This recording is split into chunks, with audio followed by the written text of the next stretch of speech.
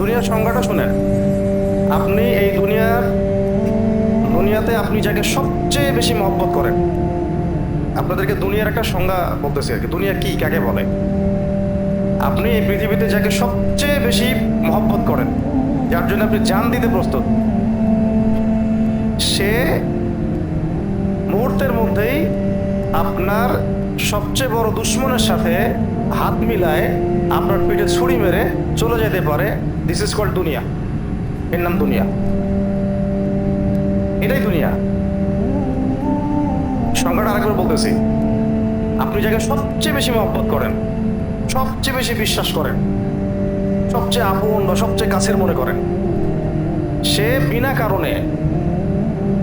কারণে আপনার সবচেয়ে বড় শত্রুর সাথে হাত মিলায় আপনার পিঠের পিছনে ছুরি মেরে দিয়ে চলে যেতে পারে। এর নাম দুনিয়া। আর সমাজ, নেতা, জাতি, শিক্ষা ব্যবস্থা, সরকার, এগুলোকে আমাদের মাঠে আমাদেরকে আল্লাহ পাকের আযাব থেকে বাঁচাবে? আপনাদেরকে ভাবতে বলছি যে 18 বছরে আমাদেরকে কোরআন থেকে এইভাবে দূরে রাখা হয়েছে। আমি জানি 2-1 জন ছাড়া, অল্প কিছু মানুষ ছাড়া এখানে যারা উপস্থিত আছেন কেউই হয়তো সাহস করতে পারবেন না যে 18টা আয়াত আমি শুনাই দিচ্ছি অর্থসহ। মাদ্রাসার ভাইরা বাদ দিয়ে, তার মানে মাদ্রাসার ভাইদের জন্য কোরআন, মাদ্রাসার ভাইদের জন্য ইসলাম, মাদ্রাসার ভাইদের জন্য দিন, জেনারেল শিক্ষিত এই কোটি কোটি ভাই বোন, এদের জন্য ইসলাম না, দিন না, তাই তো? তাদের জন্য কোরআন না। এখন পর্যন্ত স্বাধীনতার পর থেকে, তথাকথিত স্বাধীনতার পর থেকে, তথাকথিত শব্দটা এই জন্য প্রয়োগ করলাম যে মুসলমানরা প্রকৃত স্বাধীন হবে সামনে তখনই যখন সারা বিশ্বব্যাপী ইসলামিক খেলাফত কায়েম হবে। তার আগ পর্যন্ত মুসলমানরা বিশ্বব্যাপী স্বাধীন হবে না। আসলে জাতিসংঘের আন্ডারে জাতীয়তাবাদের এই পতাকার তলে মুসলমান রাষ্ট্রগুলো স্বাধীন নয়।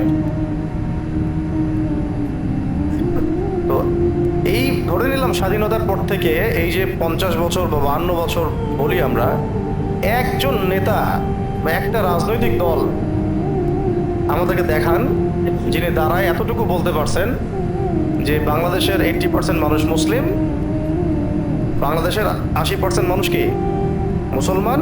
তো বাংলাদেশের ছেলেমেয়েরা স্কুলে, কলেজে, বিশ্ববিদ্যালয়ে বাধ্যতামূলক কোরআন পড়তেই হবে। এতটুকু সাহস কেউ দেখাইছে? একটা নেতা আমাদেরকে দেখান। দাড়ি টুপিওয়ালা দেখান, দাড়ি টুপি ছাড়া দেখান। একটা মৌলিক বিষয় যে আল কোরআনের তেলাওয়াত শিখবে মুসলমানদের সন্তানরা, স্কুলে বাধ্যতামূলক শিখতে হবে, কলেজে গিয়ে বাধ্যতামূলক কোরআনের অনুবাদ থাকবে, আরো বড় লেভেলে গেলে কোরআনের তাফসীর থাকবে। মানে কোরআন তাকে শিখতেই হবে বাধ্যতামূলক মুসলমানদের বাচ্চাদেরকে। সাথে হাদিস থাকবে, কিছু হাদিসের শাস্ত্র থাকবে এবং সিরাত থাকবে, সিরাত নবী সাল্লাল্লাহু আলাইহি ওয়াসাল্লামের সিরাত, আকীদা। আর আমরা বলি ফরজে আইন, কি বলি? ফরজে আইনের বুনিয়াদি জ্ঞান। এইটুকু আমাদের বাচ্চারা স্কুলে, কলেজ, ইউনিভার্সিটিতে সব জায়গায় শিখবে। এটা বাধ্যতামূলক করতে পেরেছে একটা নেতা আজ পর্যন্ত আমরা দেখি নাই। 200, 300, 400 টাকা, 500 টাকার জন্য এখনো আমরা তাদের পেছনে ছুটতেছি। কেউ বলছে এই কথা আজ পর্যন্ত? আমি করে দেখাবো। বরং উল্টা তারা বলবে আমরা তো ইসলামী রাষ্ট্র কায়েম করতে চাই না, আমরা হচ্ছে ওয়েলফেয়ার স্টেট চাই। ওয়েলফেয়ার স্টেট বুঝেন? কল্যাণ রাষ্ট্র। আমরা তো ইসলামী শরিয়া বিধান বাস্তবায়ন করতে চাই না, আমরা চাই দুর্নীতি একটু কমাইতে। এতটুকু সাহস হয় না বলার যে হ্যাঁ আমরা মুসলমানদের জমিনে আল্লাহর দেয়া বিধানগুলো বাস্তবায়নের চেষ্টা করব। পারবো তো না জানি, চেষ্টা করবো, বলুক তো, অন্তত বলুক যে চেষ্টা করব, আল্লাহর দেয়া বিধানগুলো বাস্তবায়নের চেষ্টা করব। আরেকটা শব্দ তো শিখেছে, মদিনা সনদ। আদৌ জানে না যে মদিনা সনদ কি। যখন দেখা যায় যে মানুষ দিনে দিনে দাওয়াতের মধ্য দিয়ে আস্তে আস্তে মানুষ ইসলামের পথে আসছে, এখন এই মানুষগুলোর তো ভোটটা পেতে হবে। ভোটটা পাইতে হলে একটা সুন্দর শব্দ দরকার যে ভাই ঠিক আছে আমাকে দিয়ে আমি মদিনা রাষ্ট্র কায়েম করব, মদিনা রাষ্ট্রের আদলে আমি রাষ্ট্র কায়েম করব। সে নিজে জানেই না মদিনা রাষ্ট্র কি। মদিনা রাষ্ট্র মানে হচ্ছে এমন একটা রাষ্ট্র যে রাষ্ট্রে মুসলমানরাও আছে, ছিল, কিছু খ্রিস্টানও ছিল, কিছু পৌত্তলিকও ছিল, কিছু কিছু কিন্তু এই রাষ্ট্রের শাসন ক্ষমতা মুসলমানদের হাতে ছিল, মুহাম্মদ সাল্লাল্লাহু আলাইহি ওয়াসাল্লামের হাতে ছিল, সাহাবায়ে কেরাম তার অনুসারী ছিলেন।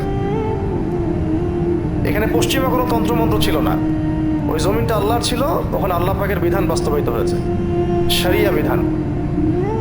তাতে আমাদের চুক্তি ছিল, ওরা চুক্তি ভঙ্গ করেছে, এরপর ওদের সাথে যুদ্ধ হয়েছে। মদিনা রাষ্ট্র মানে এখানে সুদভিত্তিক কোনো অর্থ ব্যবস্থা থাকতে পারবে না, মুসলমানদের ক্ষেত্রে অন্তত না। বলে করবে, ওটা ওদের বিষয়।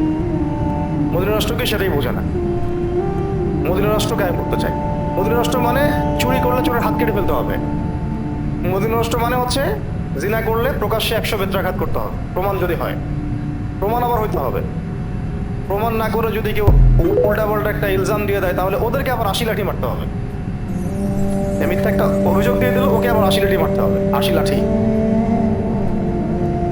মদিনা রাষ্ট্র মানে হচ্ছে ব্যভিচার হইলে রজম, মদপান হইলে বেত্রাঘাত।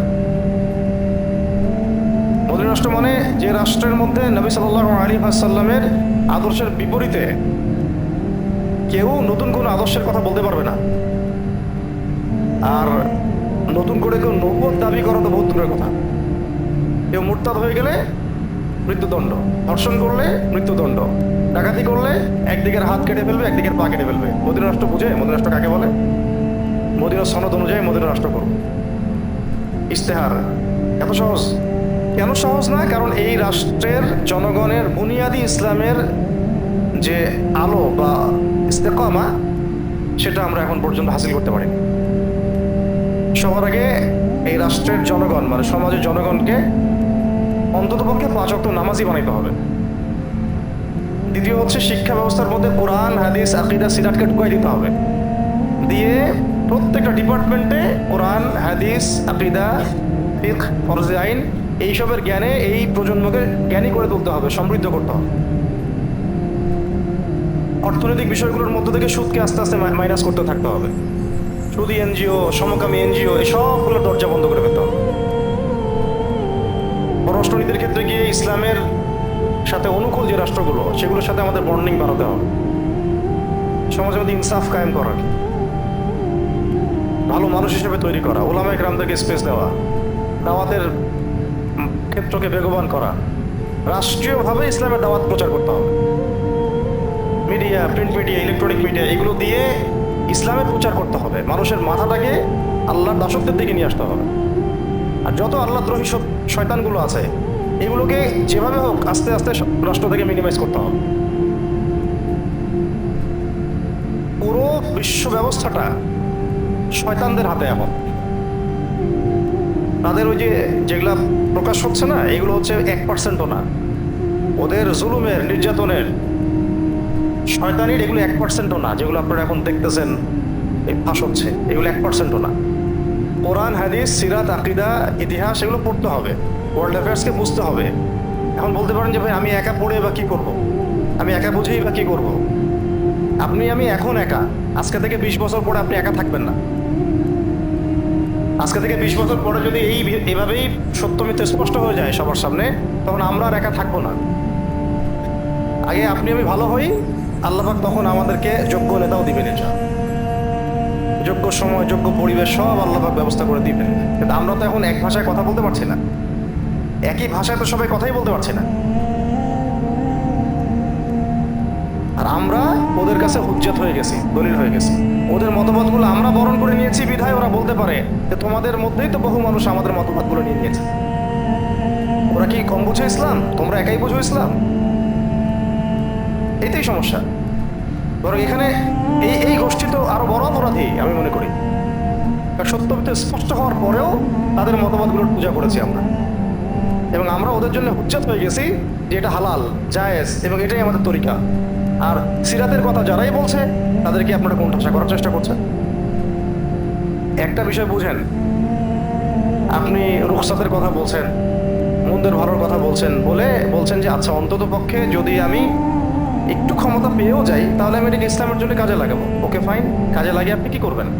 কাজে লাগিয়ে আমি ইসলামের দাওয়াতের কাজ করবো। ভালো, তো সেই দাওয়াতের কাজ তো আমরা এখনই করতে পারি। আপনি মিম্বর থেকেই করতে পারেন। যে মিম্বরের উপরে এই যে আমি এখানে বসে কথা বলছি, আমি স্বাধীন এখন। আমার উপরে জাতিসংঘের কোনো কর্তৃত্ব নাই। আমি যে কথাগুলো আপনাকে বলছি এটা আমি এখন স্বাধীনভাবে বলছি। আমি এই কথাটা পার্লামেন্টে বসে বলতে পারবো না যে আমি এখন বললাম। কে স্বাধীন? আপনার মেম্বার না আপনার পার্লামেন্টের সিট? তাহলে এইভাবে কেন ব্যাখ্যা করেন? আর আমাদের চেয়ে বড় স্বাধীন তো তারা ছিল যারা পুরো সাম্রাজ্যবাদী শক্তির সাথে সরাসরি যুদ্ধ করেছে। ওদেরকে আপনারা বলছেন মোল্লা। মোল্লারা রাষ্ট্র কায়েম করে দেখাই দিচ্ছে কিভাবে করতে হয়। এই ভারতীয় উপমহাদেশের মধ্যে তাদের মতো শক্তিশালী কোনো রাষ্ট্র নেই এখন। তাদের মতো ইমানওয়ালা, হিম্মতওয়ালা, গার্ডসওয়ালা, আত্মসম্মান বোধের, আল্লাহর কালিমা উঠতেছে এরকম কোনো রাষ্ট্র এখন ভারতীয় উপমহাদেশে নাই। পাকিস্তানও না, ভারতের তো হদিসই নেই এখানে, শেষ হিসেবেই নাই সে। কিন্তু তারা যেটা করতে পারবে আপনি সেটা করতে পারবেন না। তারা যেটা 50 বছর আগে বুঝতে পেরেছে ওইটা বুঝতে এই জাতির এখনো 50 বছর লাগবে। তাও বুঝতে পারে কিনা আল্লাহ ভালো জানেন। এখন কথা হচ্ছে যারা একটা বড় খেদমত করে বা বড় কিছু বলে বা সত্য মিথ্যা স্পষ্ট করে, আমি সেটা করতে পারি না তাই বলে তাদেরকে আমি কেন আন্ডারস্টিমেট করব? ঠিক আছে, এখন আমাদের কাজ কি? নিজেরা আমরা দিনের সঠিক জ্ঞান হাসিল করব, এই জ্ঞান অনুযায়ী আমল করব এবং মানুষকে সচেতন করার চেষ্টা করব।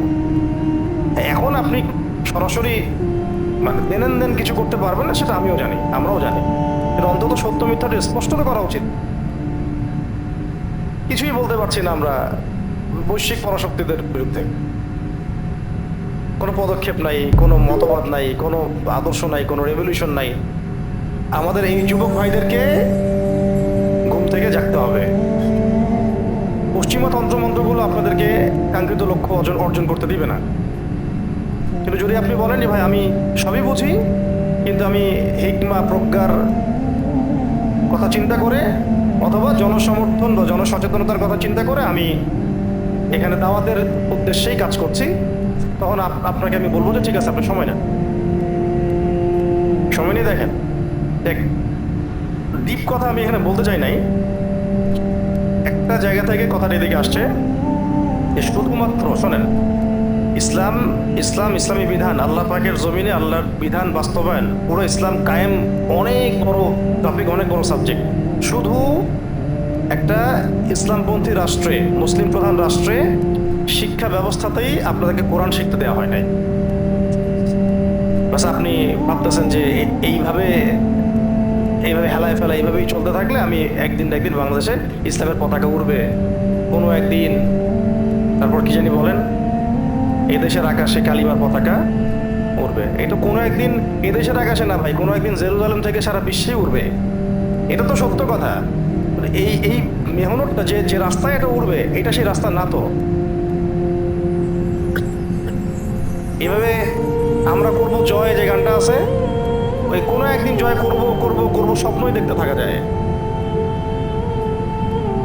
আর মোল্লা মুন্সিরা 20 বছরে করে দেখাই দিছে। যাদেরকে মোল্লা মুন্সি বলে টিটকারি মারেন, জঙ্গি সন্ত্রাসী বলেন, ওরা করে দেখাই দিছে, 20 বছর লাগে নাই। আপনি বলতে পারেন যে ওইটা তো ওই প্রেক্ষাপটটা এখানে নাই। তো ঠিক আছে, ওই প্রেক্ষাপট নাই বুঝলাম। এখানে কি গণতান্ত্রিকভাবে ভাই মারামারি করে জান নেওয়ার প্রেক্ষাপট আছে? তখন নেন কেন? ডেমোক্রেটিক পদ্ধতিতে গিয়ে রাস্তায় নেমে মারামারি করে যখন জান যায় তখন সমস্যা হয় না? তখন কোনো সমস্যা হয় না। তখন আবার অমুসলিম মরলে শহীদ হয়ে যায়, তখন অমুসলিম মরলেও শহীদ হয়ে যায়। কি সার্কাস? কথা হচ্ছে যে এই সিস্টেমটাকে ভাঙতে হবে। আমার কথা কি বুঝতে পারছে আপনাদেরকে? সিস্টেমটাকেই ভাঙতে হবে। এই সিস্টেমকে ভাঙার জন্য দরকার জনসমর্থন, জনমত। প্রত্যেকটা মানুষকে ভিতরের চোখ দিয়ে দেখা শিখতে হবে এবং বিশ্ব ব্যবস্থার সাম্রাজ্যবাদী মোড়ল যারা, তাদের বিরুদ্ধে আমাদেরকে দাঁড়াতে হবে। আমাদের লড়াইটা আঞ্চলিক বা আমাদের ভাইয়ের লড়াই না। আমরা যে লড়াইটা করতেছি এটা ভাই লড়তেছি আমরা এখন। এই ভাই লড়ানোর জন্যই তো ওরা এই পদ্ধতিগুলো দিয়েছিল। অথচ আমাদের সবাইকে এক হওয়া দরকার একটা জায়গায়, যে আমরা লড়বো আঞ্চলিক শক্তি, মানে আঞ্চলিক যারা আধিপত্যবাদী তাদের বিরুদ্ধে এবং বৈশ্বিক সাম্রাজ্যবাদী শক্তির মূল শেকড়ের বিরুদ্ধে। কারণ বৈশ্বিক সাম্রাজ্যবাদী শক্তির মূল একটা যেমন শেকড় আছে, এদের আবার আঞ্চলিক বিভিন্ন পরাশক্তিও আছে। এই দুটোই হচ্ছে আমাদের লড়াইয়ের মানে কেন্দ্রবিন্দু আর কি। কিন্তু আমরা ওই জিনিসটাকে এখন পর্যন্ত বুঝতে সক্ষম হচ্ছি না। আল্লাহ পাক আমাদেরকে বোঝার তৌফিক দান করেন।